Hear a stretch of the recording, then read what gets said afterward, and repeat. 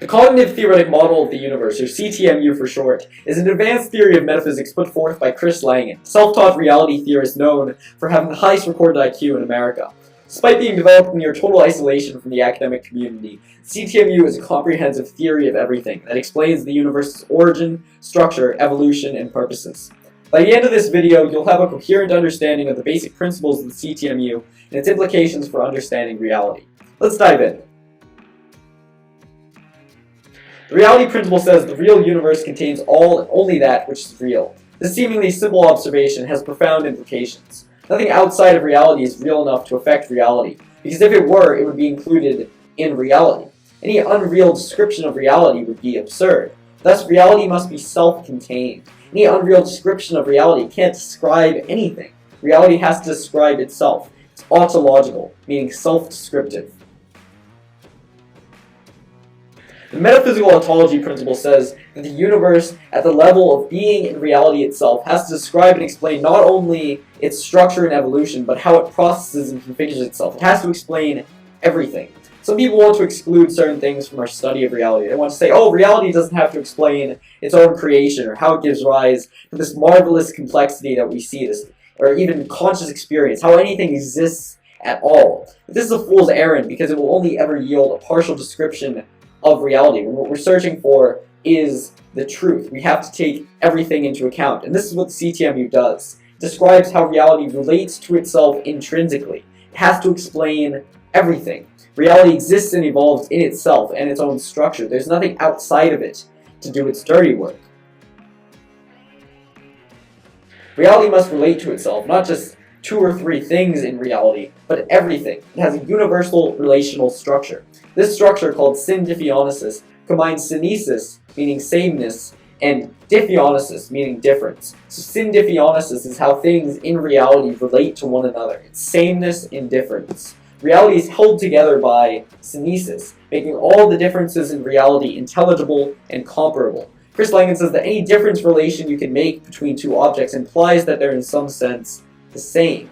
Proverbially, it's said you can't compare apples and oranges. Well, of course, you can, but to intelligibly and accurately describe that difference, I must acknowledge that they're both fruits. There has to be an underlying sameness to that difference relation. Now, let's say I'm comparing fruits and vegetables. Well, each of these are foods. Let's say I'm comparing vegetables and a chair.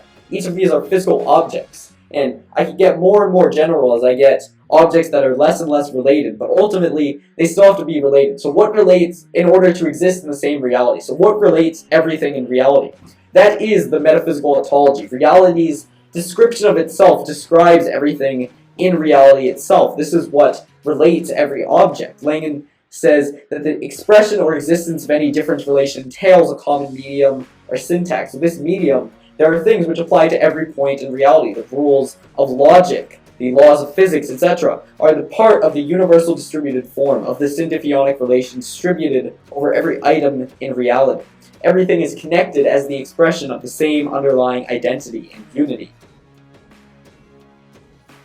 The principle of linguistic reducibility says reality is a language that talks to itself, about itself, for its own purposes. Specifically, it is an SCSPL, self-processing, self-configuring language. Why is it a language? This is weird. But think back to syndiphionesis. What would something have to be to relate and describe all of reality? A language. But a language is not just, English, Chinese, etc. But a language is any formal system which identifies and describes things within its reference domain.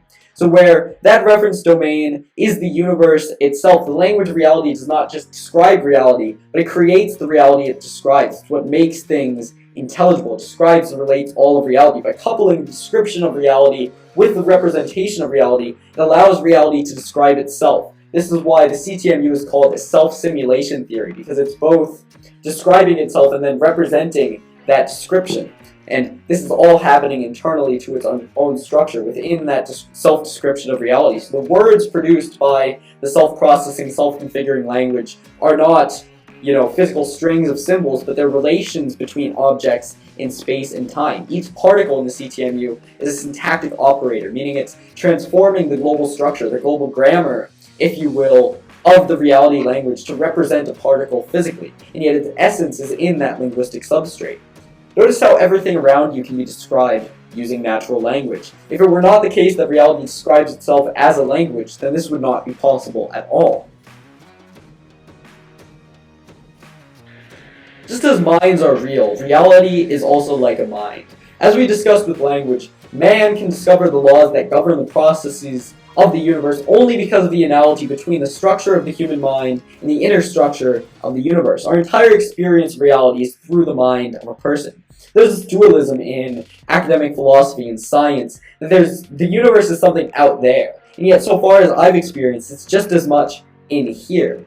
So, because we're a part of the universe, this means that the universe perceives itself. It has an awareness intrinsically of itself through the sentient beings within it. And not only sentient beings currently existing, but everyone that will exist infinitely into the future and infinitely into the past. Because we're a part of the universe, again, this means that the universe is aware of itself. That is not crazy Jedi woo, this is a logical necessity. So reality and the space-time that couples with reality's intrinsic language also has a degree of self-awareness. It fine-tunes itself to create consciousness so that it can identify itself. This is the fundamental imperative of reality.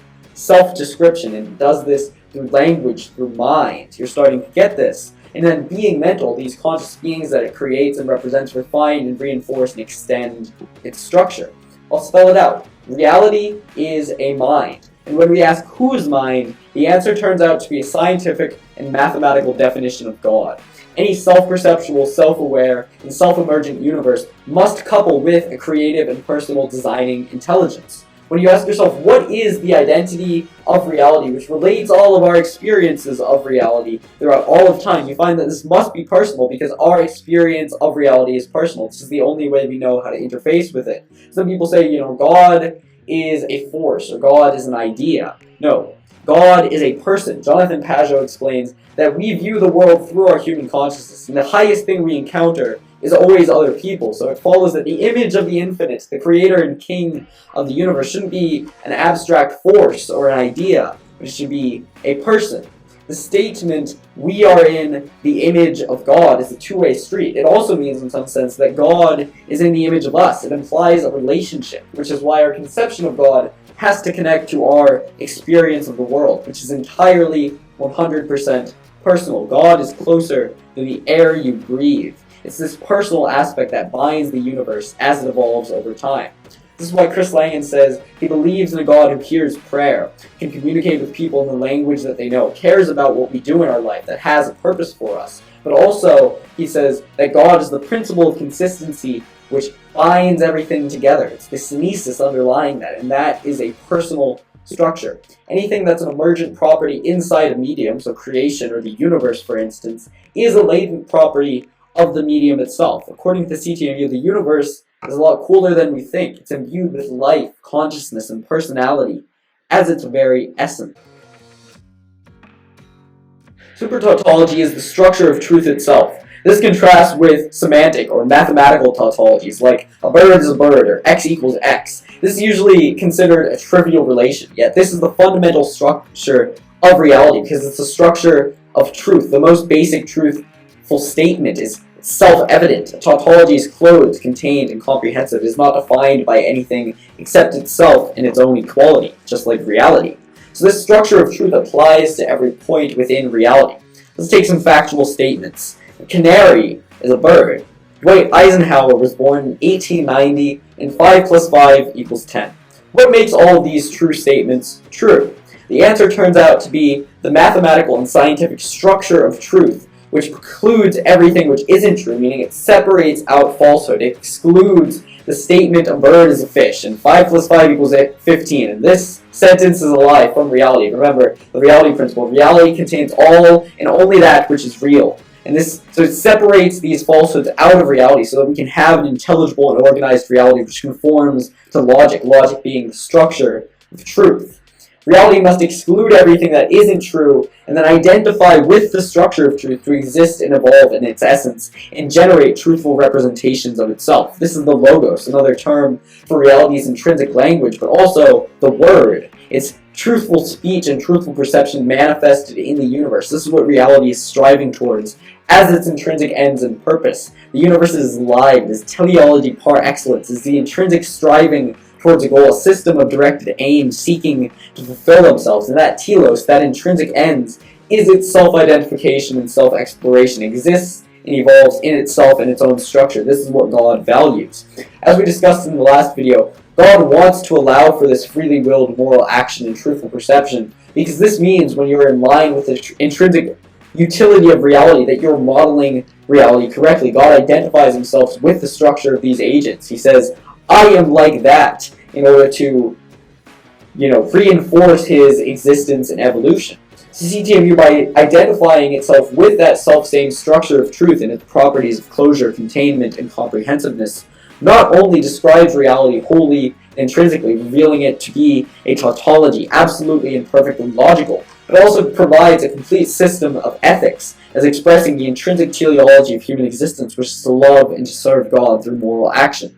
Any development on the CTMU will come, by the way, not by way of specificity, not by way of generality, but by way of specificity. In the wake of the CTMU, by describing the relationship between mind and reality, and thus theory and observation, we'll be able to have many new ideas, and in many ways a new renaissance of science and culture and philosophy and religion, but also unprecedented acts of holiness and love and devotion and strength and courage and prudence and temperance, which is what truly ushers in the kingdom of heaven. God, as proven by the CTMU, is both the God of truth and intelligent designer who reveals himself in the orderly harmony of all that exists, and a personal God who concerns himself with the fates and actions of human being. That is the eternal truth that shines beyond all illusion and falsehood. That was the true light, which lighteth every man that cometh into the world. John 1. Thank you. Let the light shine forth in the darkness. May the peace of our Father in heaven be upon you. Like and subscribe. Peace.